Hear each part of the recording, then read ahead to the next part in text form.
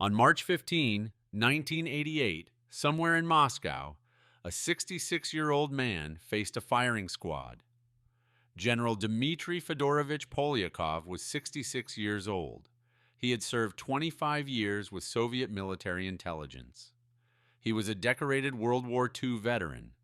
He was also a major general in the Glavnoye Razvedavatelnoye Upravleniya and a father of 3 sons. The Central Intelligence Agency had known for 8 years that he had been arrested. They had watched helplessly from Washington as one of their greatest assets disappeared into the Soviet prison system. They knew this day would come. Execution by firing squad was what the Russians called the highest measure. Polyakov had spied for America for 27 years. From 1961 to 1980, he passed secrets that changed the Cold War. This included intelligence on Soviet missiles.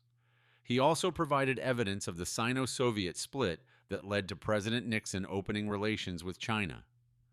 Other revelations included data on Vietnamese and Chinese military forces during the Vietnam War.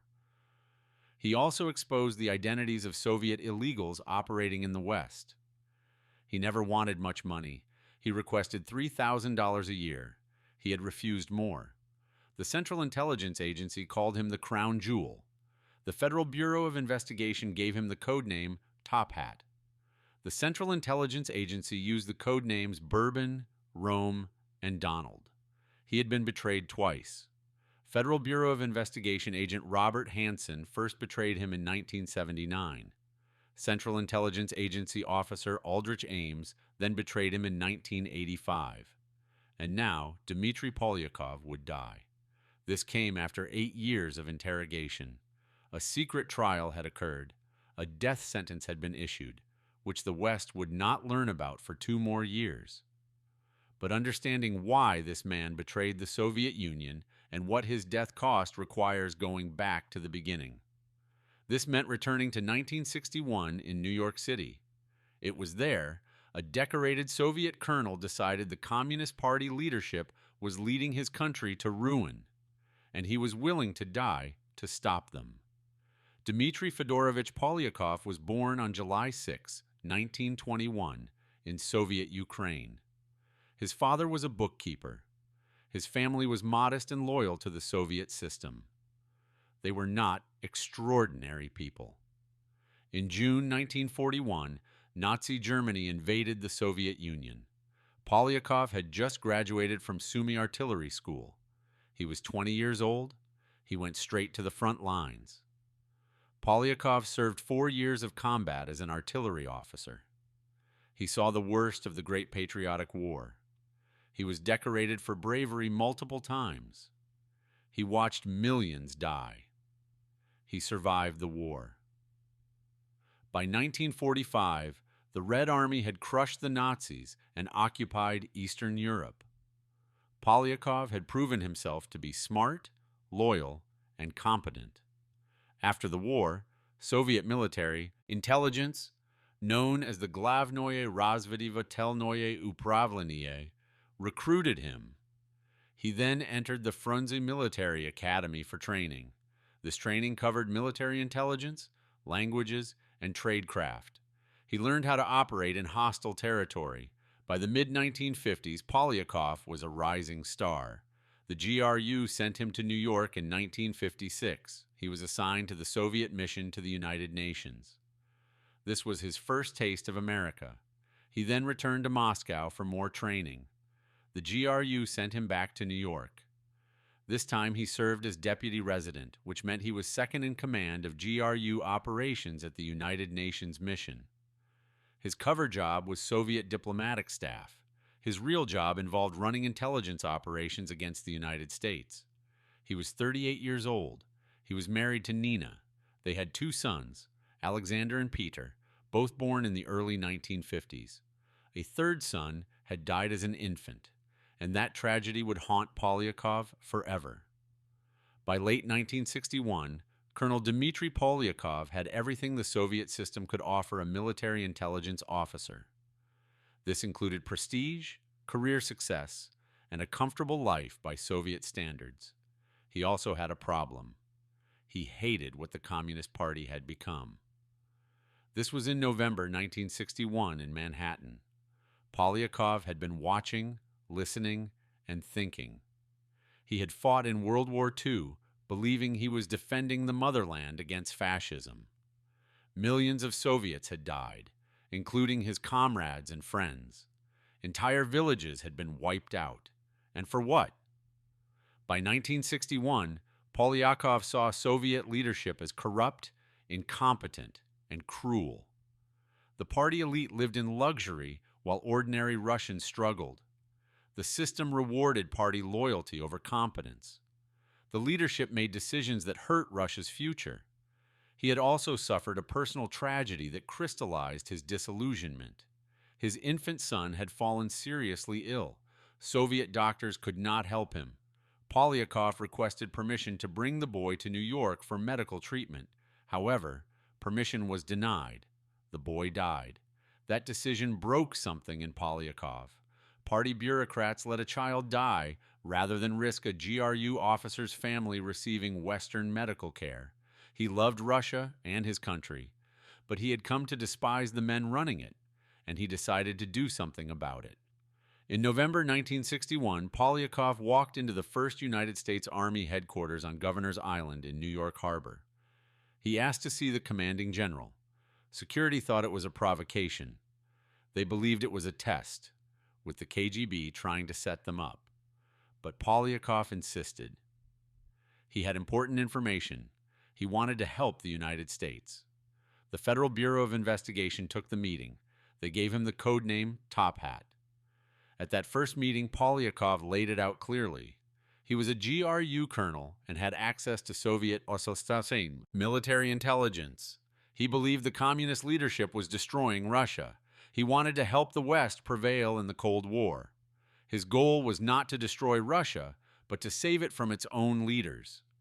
The Federal Bureau of Investigation asked what he wanted in return. He requested $3,000 a year. This amount was to be deposited in a bank account for his son's education. That was all he wanted. The Federal Bureau of Investigation could not believe it. Soviet colonels who volunteered usually wanted hundreds of thousands of dollars. Polyakov wanted only enough to ensure his sons could get good educations if something happened to him. They asked if he was sure. They offered to pay more. Polyakov refused their offer. He was not doing this for money. He was doing this because the Soviet leadership had betrayed the ideals he had fought for in World War II. The Federal Bureau of Investigation verified his credentials. They checked his access and tested his information. Everything checked out.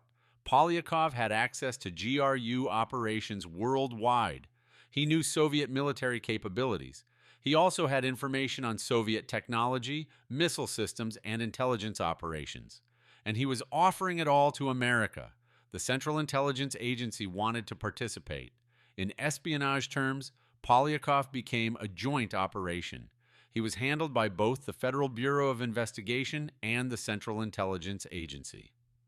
The Federal Bureau of Investigation gave him the code name Top Hat.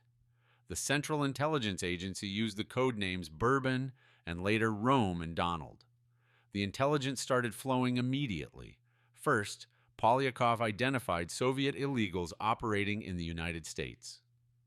These were GRU and KGB officers working undercover. They posed as Americans or Europeans. Over his career, Polyakov would expose more than 150 Soviet agents and 19 illegals. Then came technical intelligence. This included specifications, capabilities, and weaknesses of Soviet anti-tank missiles. This information saved American lives in Vietnam. United States forces faced Soviet-supplied weapons during that conflict. Most importantly, Polyakov provided evidence of the growing rift between the Soviet Union and China. In the early 1960s, most American policymakers still viewed the communist world as a monolith. They believed Moscow and Beijing were working together. They saw one unified threat. Polyakov revealed the truth. The Sino-Soviet split was real, deep, and dangerous. The Soviets and Chinese were arguing over ideology, territory, and leadership of the communist world. The split was so severe that by the late 1960s, Soviet and Chinese troops were fighting border skirmishes. This intelligence was strategic gold. It directly influenced President Richard Nixon's decision to open diplomatic relations with China in 1972. Exploiting the split between Moscow and Beijing became central to American Cold War strategy.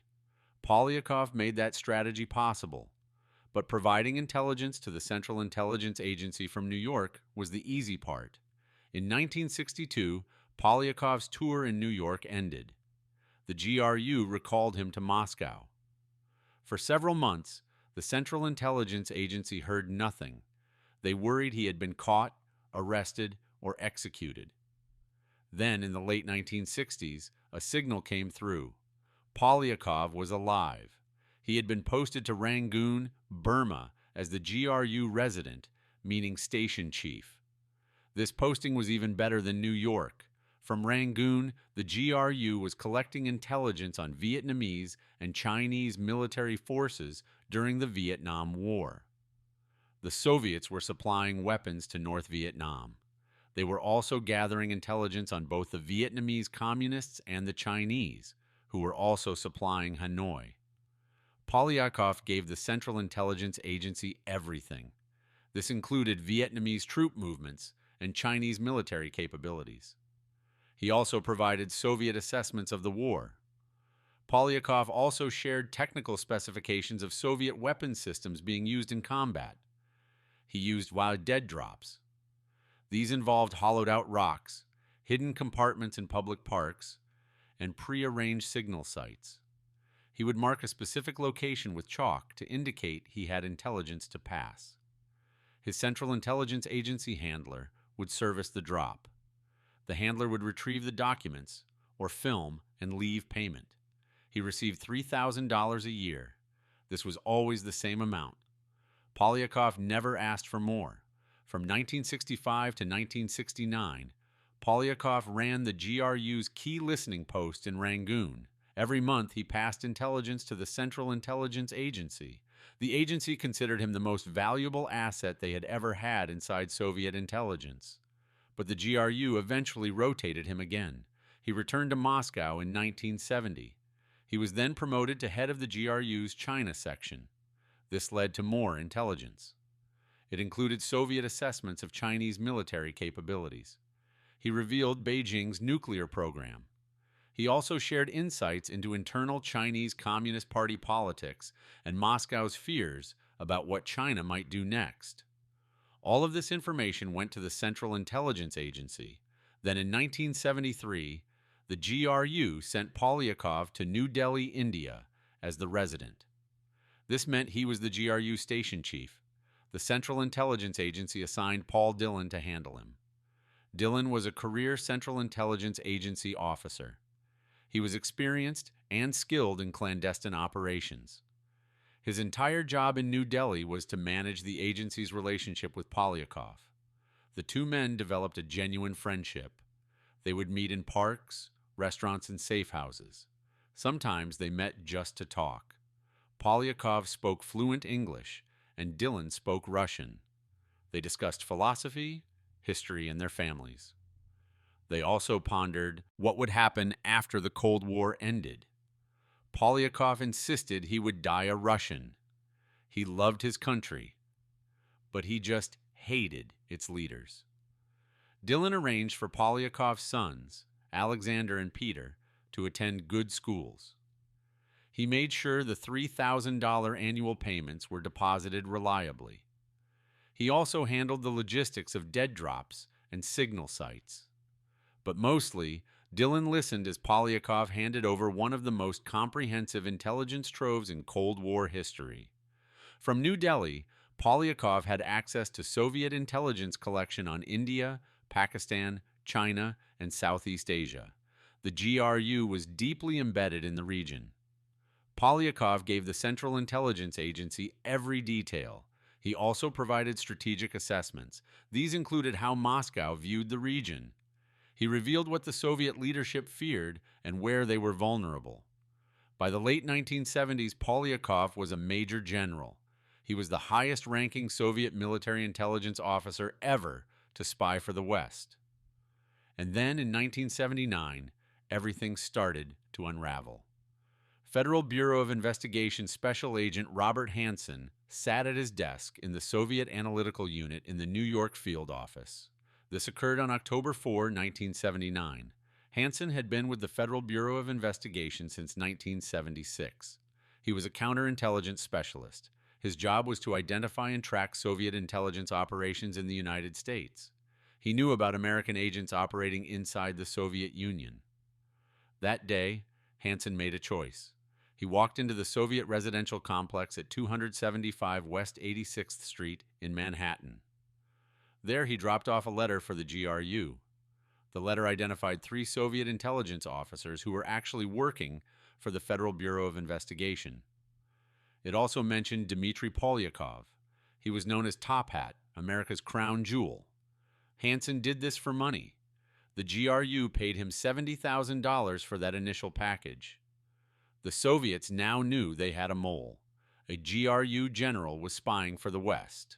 For reasons that remain unclear, the GRU and KGB did not act immediately. Maybe they did not believe Hanssen. Perhaps they wanted to verify the information. Or maybe they were running counterintelligence operations to identify all compromised personnel before making arrests. But in 1980, the GRU suddenly recalled Polyakov to Moscow. This was in November 1980 in New Delhi. Paul Dillon got the message that Polyakov was being recalled. Dillon was recalled permanently, with no explanation. Dillon met with Polyakov one last time. This meeting took place in a safe location away from surveillance.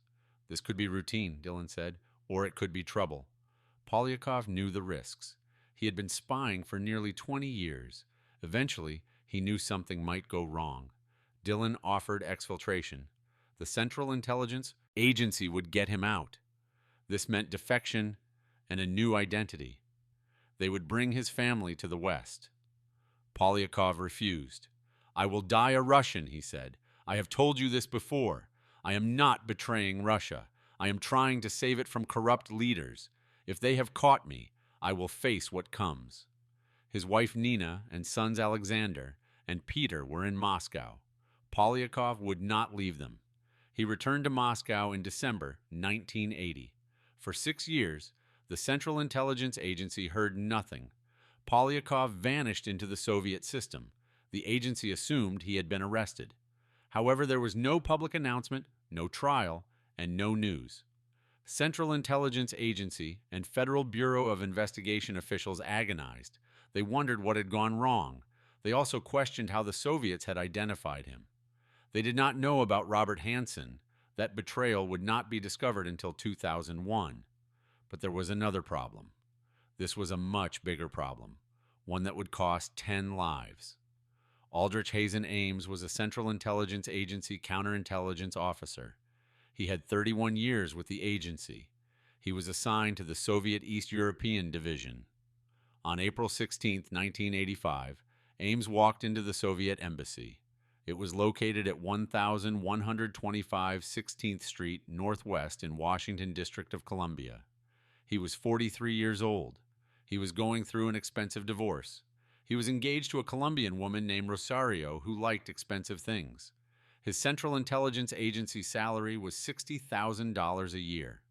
This was not enough for his lifestyle. Ames brought a plastic bag. Inside were the names of every Central Intelligence Agency asset operating inside the Soviet Union. This included every Soviet citizen spying for America. The bag contained complete identities, real names, and code names. It also held details about the intelligence they had provided. This included Dmitri Polyakov. Even though Polyakov had been out of contact since 1980, his name was still in the files. The Committee for State Security officer who met Ames could not believe what he was seeing. This was a counterintelligence goldmine. It revealed every American spy in the Soviet Union all at once. Ames demanded $50,000 in cash right there. The Committee for State Security paid it. Ames walked out $50,000 richer. He had just signed death warrants for at least 10 men. One of them was Dmitri Polyakov. By 1985, the Committee for State Security and the main intelligence directorate had waited 6 years to act against Polyakov. Perhaps they had been conducting surveillance. They might have been building a case, making sure of their evidence. Ames's betrayal confirmed it. Polyakov was known as Top Hat and Bourbon. He was the Central Intelligence Agency's crown jewel. In July 1986, Committee for State Security officers arrested Polyakov in Moscow. They did not announce it. There was no public trial and no press release. The arrest happened quietly. Polyakov disappeared into Lubyanka, Committee for State Security headquarters. This involved interrogation and possibly torture. They wanted to know everything. They sought details on how long he had been spying and what he had passed. They also wanted to know his handlers and how the Central Intelligence Agency operated. Polyakov talked. Under the circumstances, most people would, but the interrogations lasted months. The Committee for State Security wanted every detail. Meanwhile, the Central Intelligence Agency watched other assets disappear. Adolf Tolkachev was arrested in June 1985. He was executed in September 1986. Sergei Motorin was arrested in June 1985 and then executed. Valery Martinov was arrested in November 1985 and executed. Gennady Varenik was arrested. Vladimir Peguzov was also arrested. The Committee for State Security was rolling up the entire Central Intelligence Agency network in Moscow. By late 1986, Central Intelligence Agency counterintelligence knew something catastrophic had happened. Too many assets were arrested. Too many operations were blown.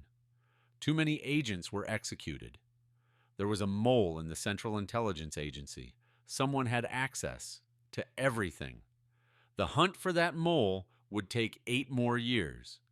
The search continued until 1994, when Federal Bureau of Investigation agents arrested Aldrich Ames outside his home in Arlington, Virginia. However, in 1988, the Central Intelligence Agency still did not know who had betrayed Polyakov. They just knew he was gone. On March 15, 1988, in Moscow, a Soviet military tribunal convicted General Dmitri Fedorovich Polyakov of high treason. This occurred after nearly 2 years of interrogation. His sentence was death by firing squad. The execution details remain murky. The Soviets conducted it in secret. There was no public announcement. The Central Intelligence Agency would not learn Polyakov had been executed until 1990. The Soviet government finally confirmed it then. Where he was executed remains unknown. Some sources suggest the Lubyanka basement. Others mention Butyrka prison. The location of his grave is also unknown. The Soviet Union did not mark the burial sites of executed spies. The firing squad was the traditional Soviet method for traitors. It was quick, efficient, and final. Polyakov was 66 years old. He had spied for the West for 27 years. He was a father of 3 and a grandfather. He was executed for trying to save his country from leaders he believed were destroying it. His wife Nina and sons Alexander and Peter survived him. The Soviet government did not punish families of executed spies the way Stalin had. However, the stigma remained. They were known as the family of a traitor. In Washington, when the Central Intelligence Agency finally learned of Polyakov's execution in 1990, intelligence officers who had worked with him grieved. Some openly wept. Former Central Intelligence Agency Director William Webster said Polyakov was the crown jewel. He described him as the most important asset they ever had inside Soviet intelligence. Sandra Grimes, the Central Intelligence Agency officer who would eventually help catch Aldrich Ames, called Polyakov's loss devastating. Paul Dillon, Polyakov's handler in New Delhi, never forgot the man who had become his friend. Years later, Dillon's daughter Eva wrote a memoir titled Spies in the Family. This book documented her father's relationship with Polyakov. What Polyakov gave the West shaped the Cold War's final decades. The intelligence on the Sino-Soviet split enabled Nixon's opening to China in 1972. That diplomatic breakthrough isolated the Soviet Union. It also created triangular diplomacy, with Washington playing Beijing against Moscow. The technical data on Soviet missiles and weapons systems saved American lives. United States forces knew what they were facing. They developed countermeasures and tactics. The exposure of Soviet illegals crippled Main Intelligence Directorate and Committee for State Security Operations in the West. More than 150 agents were compromised. 19 illegals were exposed. Networks were dismantled. The strategic intelligence informed American policy for 2 decades. This included insights into how Moscow viewed the world, what Soviet leadership feared, and where they were vulnerable. Polyakov never wanted credit.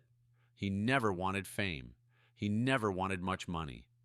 He received $3,000 a year for his son's education. He spied because he believed the Communist Party leadership was betraying Russia. He wanted to stop them. He sought to weaken them. He aimed to help the West prevail so that eventually Russia could become something better. In his final meeting with Paul Dillon in 1980, Polyakov said the system would collapse. He believed it might not happen in his lifetime. However, he was certain it would collapse. He also stated that when it did, Russia would have a chance to become what it should have been all along. He was right. 11 years after his execution, the Soviet Union dissolved. But Polyakov never saw it. He died in a basement somewhere in Moscow. He was shot by a firing squad for treason against a government he had spent his entire adult life serving. Robert Hanssen, the Federal Bureau of Investigation agent who first betrayed Polyakov in 1979, continued spying for the Soviet Union and later Russia. This continued until his arrest in February 2001.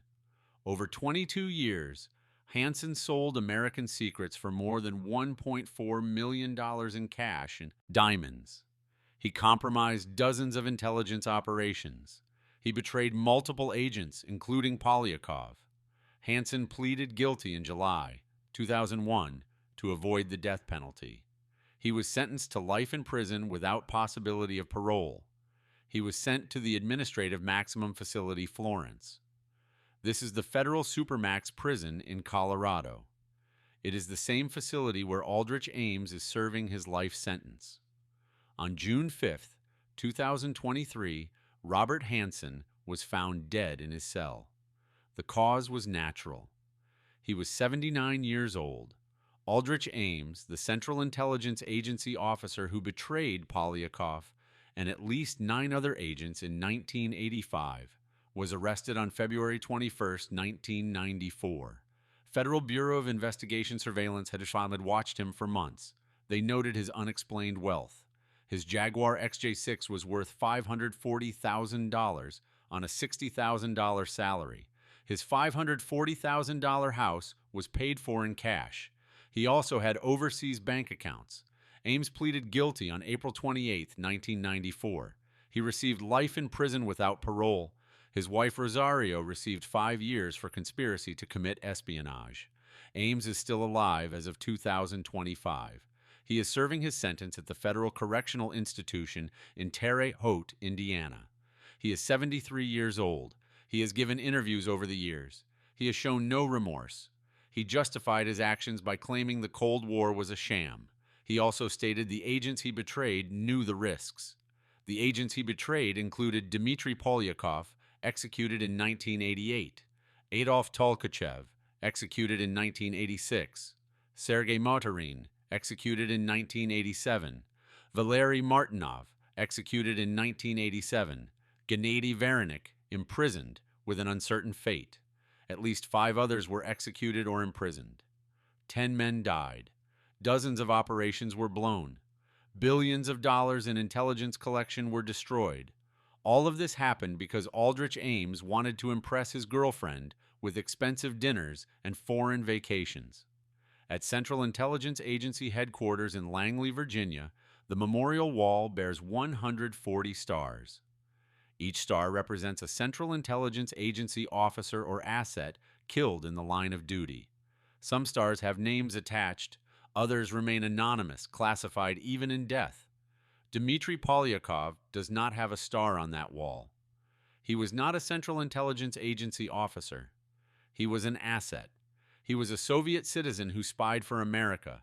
However, intelligence officers who knew him say he deserves recognition. They believe he deserves more than most. Sandy Grimes, the Central Intelligence Agency officer who helped catch Aldrich Ames, stated he was motivated purely by conviction. She said it was not by money or by ego. She emphasized it was by conviction that what he was doing was right. Paul Dillon's daughter Eva said he loved Russia. My father told me that repeatedly, she noted. Polyakov was not betraying Russia. He was trying to save it. In Russia today, Dmitri Polyakov is remembered as a traitor. His name appears in Russian intelligence literature as an example of betrayal. He is a cautionary tale. But in the West, he is remembered differently. He is seen as one of the Cold War's greatest spies. He is also remembered as the man who helped prevent the Cold War from becoming hot. He was the main intelligence directorate general who chose conscience over career. He was the man who spied for 27 years for $3,000 a year. He did this because he wanted his sons to have good educations. If you found this story compelling, please do something right now. Hit that like button. Every single like tells YouTube's algorithm to show this story to more people. Stories about real Cold War espionage do not get told unless people like you make them visible. This includes the human cost, the motivations, and the consequences. Hit subscribe and click the notification bell. We are pulling stories like this from declassified archives and historical records every single week. These are stories of real spies, real betrayals, and real people who paid the ultimate price. Drop a comment right now. Tell me where you are watching from. Let me know if you have heard of Dmitri Polyakov before. Share what you think about his motivations. Or just type "never forget" so we know you are here. You are not just a viewer. You are part of making sure Dmitri Polyakov is not forgotten. You are part of honoring a man who gave everything, including his life, for what he believed was right. These were not just intelligence operations. These were lives, families, fathers and sons, choices and consequences. You are helping us remember them. See you in the next story.